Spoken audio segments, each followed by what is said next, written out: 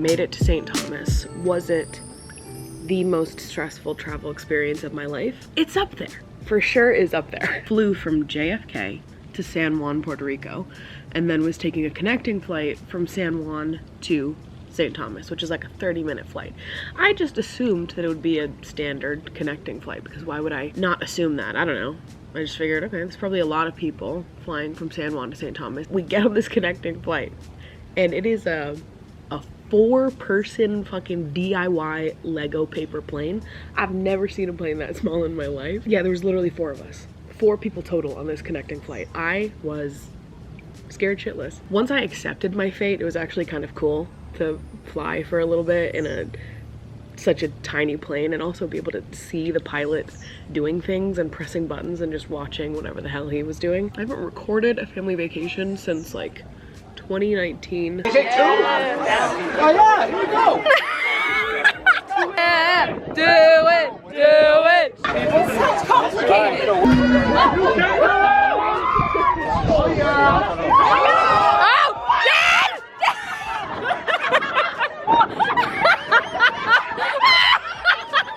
I wish my sister were here though. Shout out Morgan. I do wish you were here. Morgan has a job and a life and things to do, and that sucks and that's stupid, and I wish we were 7 years old again and we could do whatever we wanted because we had no obligations or jobs or anything holding us anywhere. Instead, I am swimming in the pool by myself, and I also can't touch.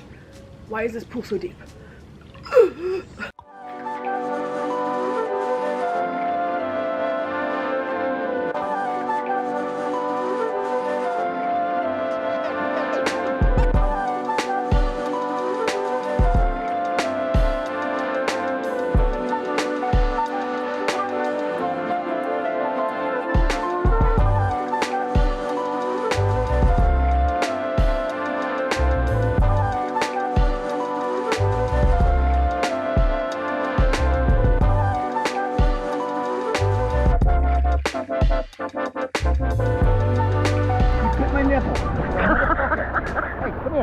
Motherfucker. It was like a little sailfish. It was like this big, and he bit my nipple. Just like came out of nowhere. I was like, where all of a sudden he just holding it. Hey, he's right here. Come here. Where? Right here. Where? Hold on, he's right here. Right here. He's swimming in between us. Oh, right here. Where? He's right there. Stop. Where? He's right there. I'm luring him in with my nipples. Motherfucker. I got him now. Come on. I'm tracking. Every time I travel to a new country and I see stray cats just hanging about, it brings me such an unresolvable sadness. I cannot even explain it. It just makes me so sad. I want to like scoop them up and bring them back home with me. And then I think about Mango, and I start missing Mango, but then I also start thinking like, oh my god, like what if Mango was never rescued? And that makes me sad too to think about. I've already cried about Mango twice on this trip. I just miss that girl. What the hell? That's my bestie right there. I've been to St. Thomas before on like cruises, but I've never stopped and stayed for like a week in St. Thomas. So I really haven't seen much of it. I've been to Megan's Bay before, but that's probably about my extent of St. Thomas knowledge pre this trip. But it's a beautiful island. I'm sat just enjoying the view. I kind of love how in the Caribbean you'll get like showers for like 10 minutes though, and then it'll go back to like nothing ever happened. I actually think it is raining. I can see it. It's just not raining over me. There's a tiny little baby storm. I'm watching it pass. You see? It's slowly moving, this little storm right here. And I can hear the rain hitting the water.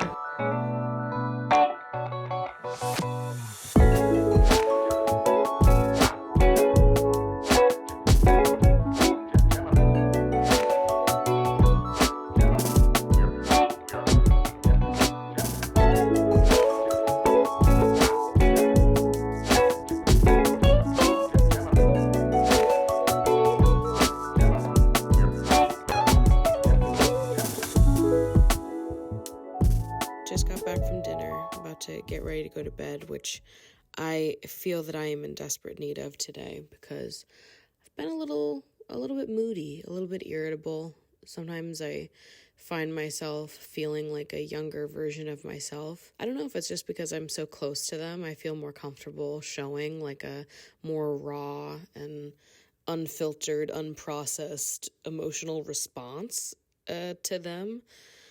But I also just, it's annoying to me to get annoyed at little things. And so I'm even getting frustrated with myself because I'm like, there's just no reason why you need to be, you know, this moody. Let's get a little pep in your step, girl. Like, let's snap out of it. So I think I just need to sleep on it and have a little rest and wake up tomorrow excited to seize the day, as they say. So with that, I'm gonna go to bed.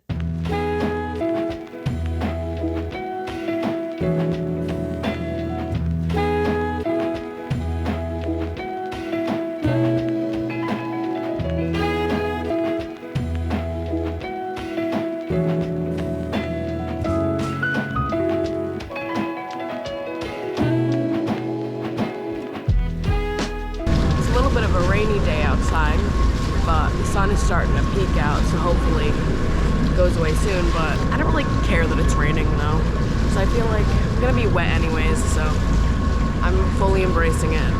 Just laying out in the rain, listening to the sound of the water.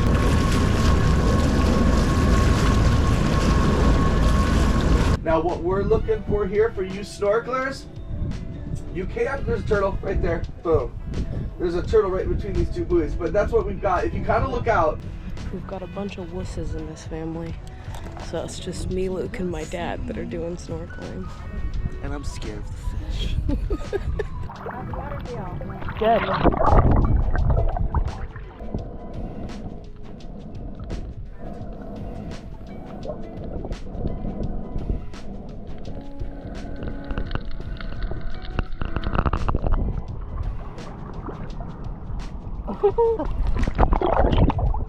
I don't know how far I can go.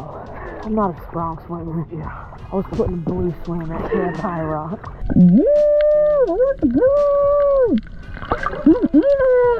I'm buoyant as fuck, bitch. Ready? I'm not even thinking. I'm doing nothing. I'm just floating. So if I ever get stranded in the ocean, guess who's chilling? Me. You just gotta stay calm. My anxiety is my biggest off, I'm telling you.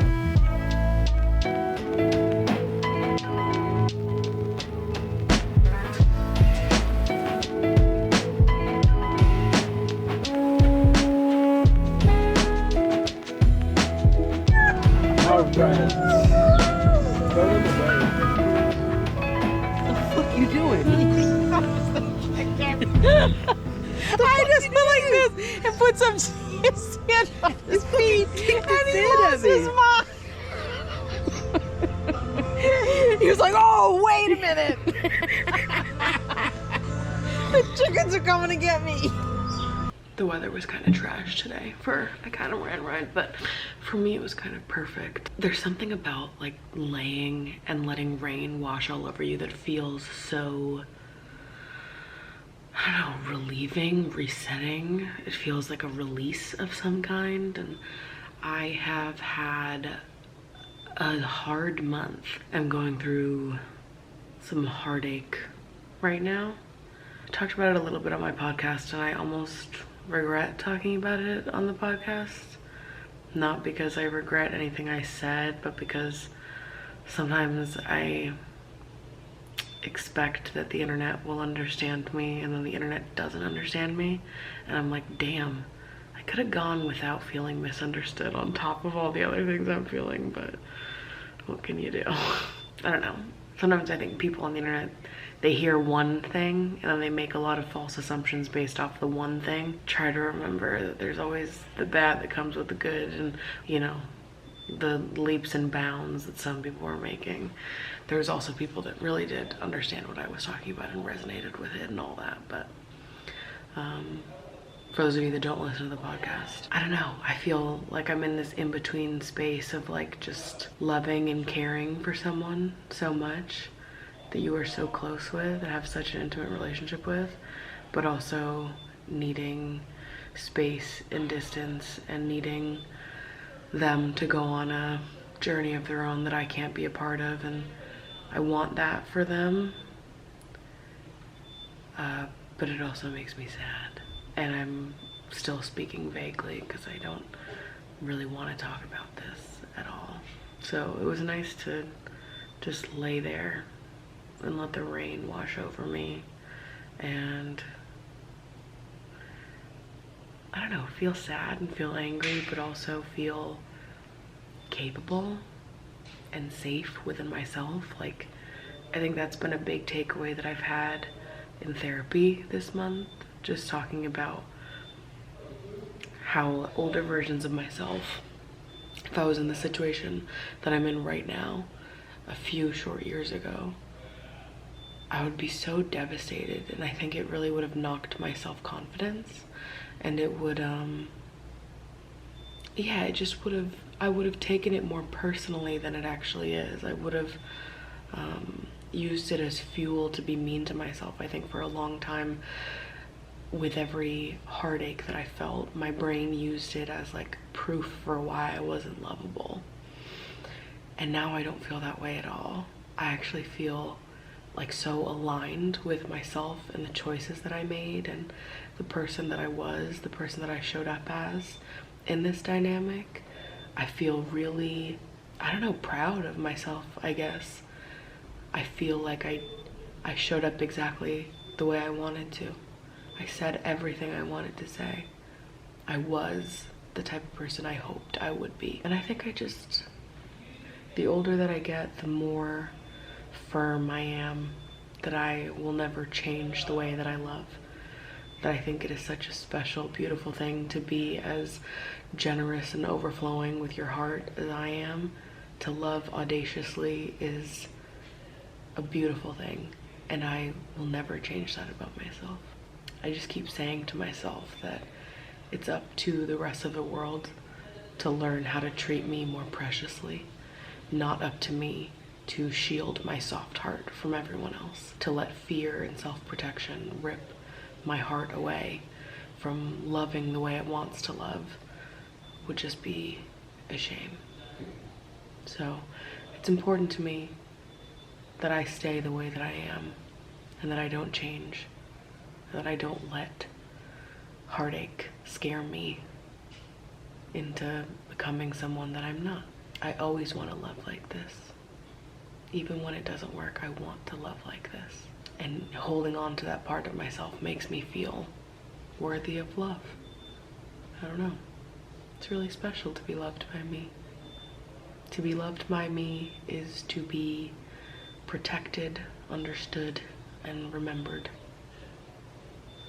I'm one of one, and I will not let the world make me one of many. It's an emotional time, yes, but I think I also know that this is a time of growth, an opportunity for growth for me. And I don't know what the learning is about oversharing on my podcast, because I don't necessarily regret it, because I want to be able to show up as I am fully and completely, and the truth was that I was having a bad week, and I wanted to acknowledge that I was having a bad week, because I don't want to get on camera and pretend that I'm having a great time when I'm not, because I feel so disingenuous and lame, and I feel like that's what would make me hate doing it.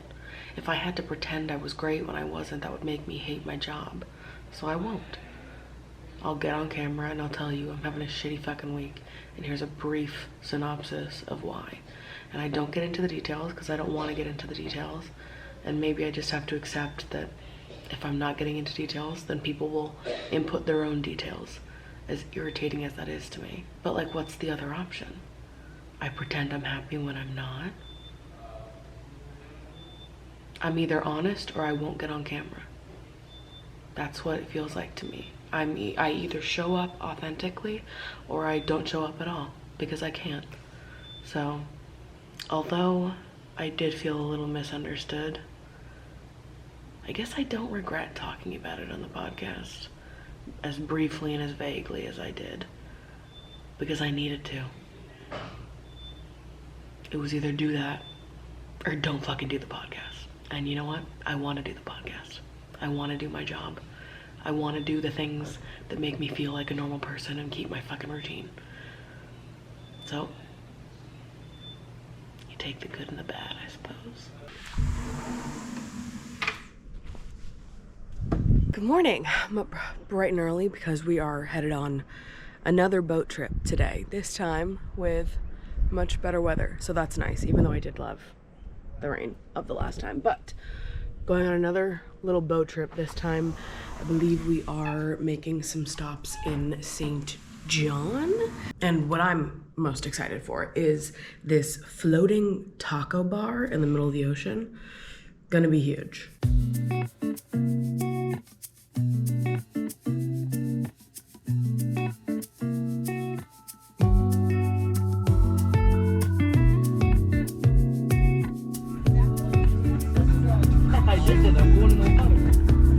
Luke, do you want one? Yeah, sure.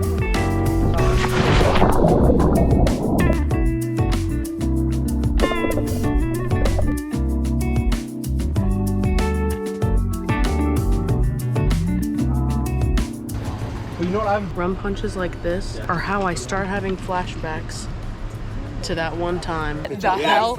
I think there's a monkey on my back. Picture my friend. There's a monkey on my back. You got a picture. No, there's a monkey on my back. No! Monkey, I think he loves me. There's no monkey on your back, you freaking. This is bad. We have to swim back to the boat. I've had 2 rum punches and I can't see straight. All right, Luke, start swimming. Huh? Where? Oh, you're right. Look at all the fish. Do not talk to me about that. I don't want to know it's there. It's t-shirt time. We're going to a floating taco bar, but it looks like we're gonna need to fight to the death for a little raft to eat on. Oh my god. Fuck. Check the other side. Pretty nice. Alright, I'm gonna do a little exploratory on the other side.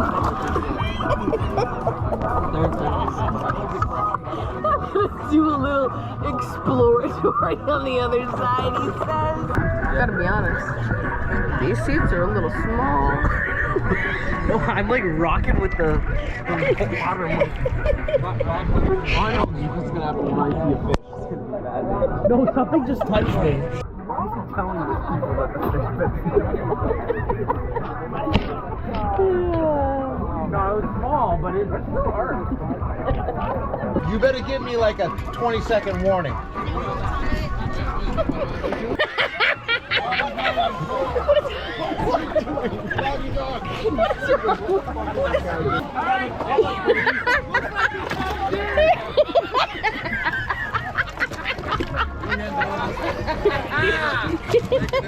He said he'd sell his firstborn, which is his most valuable, so I just got called the favorite child, everybody.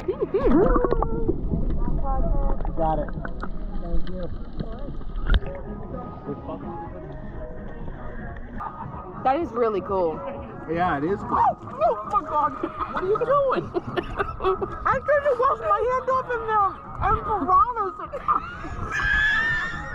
Piranhas? You can see what happened. Piranhas! I had to put my hand in to wash it off. Oh my god. She said piranhas. I didn't even have my hand in there for 30 seconds. How bad is it hit in the head?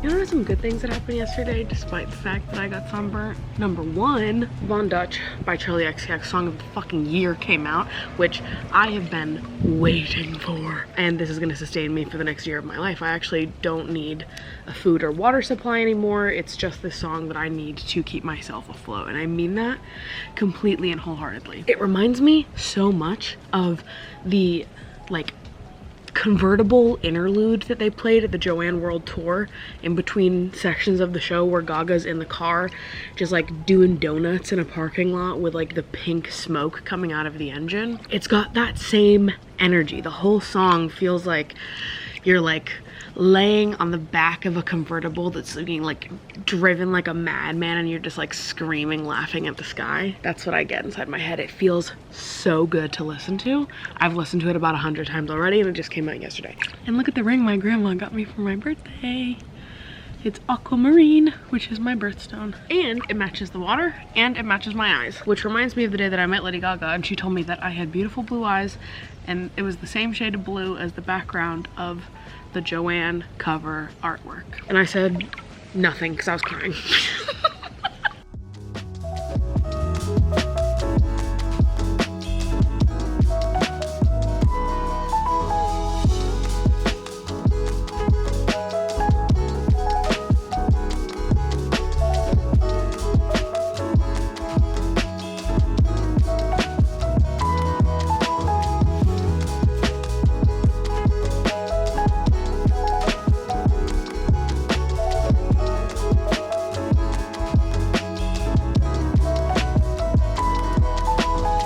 It is 10:37 on March 1st. Thought of me packing right now is physically painful to me. About to go back and give Mango about 100,000 fucking kisses on the forehead. Because she deserves it and I miss her so much. It literally hurts. I cannot talk about it anymore or else I will cry. If you want to see more from me, be sure to check out my podcast, Emotionally Online, which comes out every single Friday. I love you guys so much. Thank you so much for hanging out with me and I will see you in my next video.